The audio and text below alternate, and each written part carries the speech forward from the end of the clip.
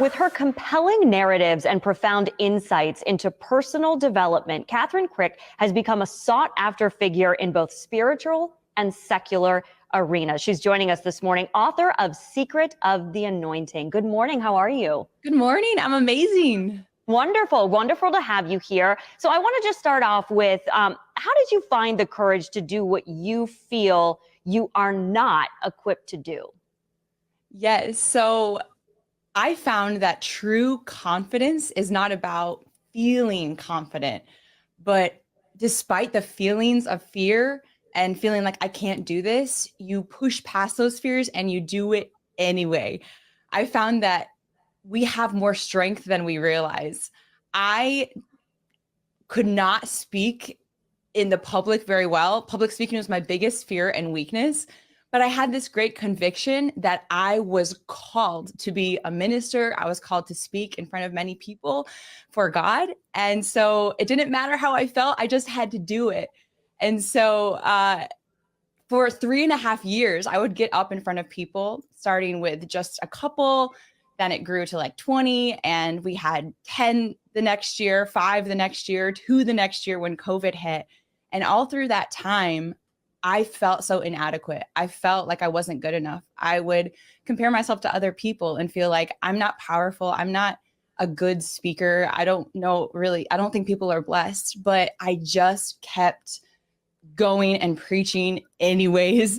And I found that as I just kept going, I grew in this. What was a weakness became a strength. But for 3.5 years, I would feel these feelings of doubt, of insecurity, but I just pushed past those feelings and overcame. And now I know that anybody can do more than they think they can. You just cannot listen to those feelings of fear. All right. So how do you overcome those feelings of fear then? Well, for me, it was my faith in God, and just I believed he had called me to do this, and I believe he'd equipped me to do this. There's a story in the Bible of Moses who had a stutter, and God called him to be a prophet, a leader of many, many people, of like about 1 million people. And so he says, I have a stutter. I can't do this. But God says, I made your mouth. Believe that I will give you the power to do it. So I just kept believing I can do this. I can't listen to my feelings. So I just pushed past those fears, kept my faith, and chose to be strong and chose to be courageous. So then how do you explain to someone what the key is to living a fulfilled life? So many people, they think to find fulfillment, they need to chase after happiness. But you find many people, you find stories of people who've pursued their dreams. They have money, they have family, they have success in their career, but they still feel empty inside. And the reason is because chasing happiness won't bring happiness. But how to find happiness and fulfillment is to find your purpose.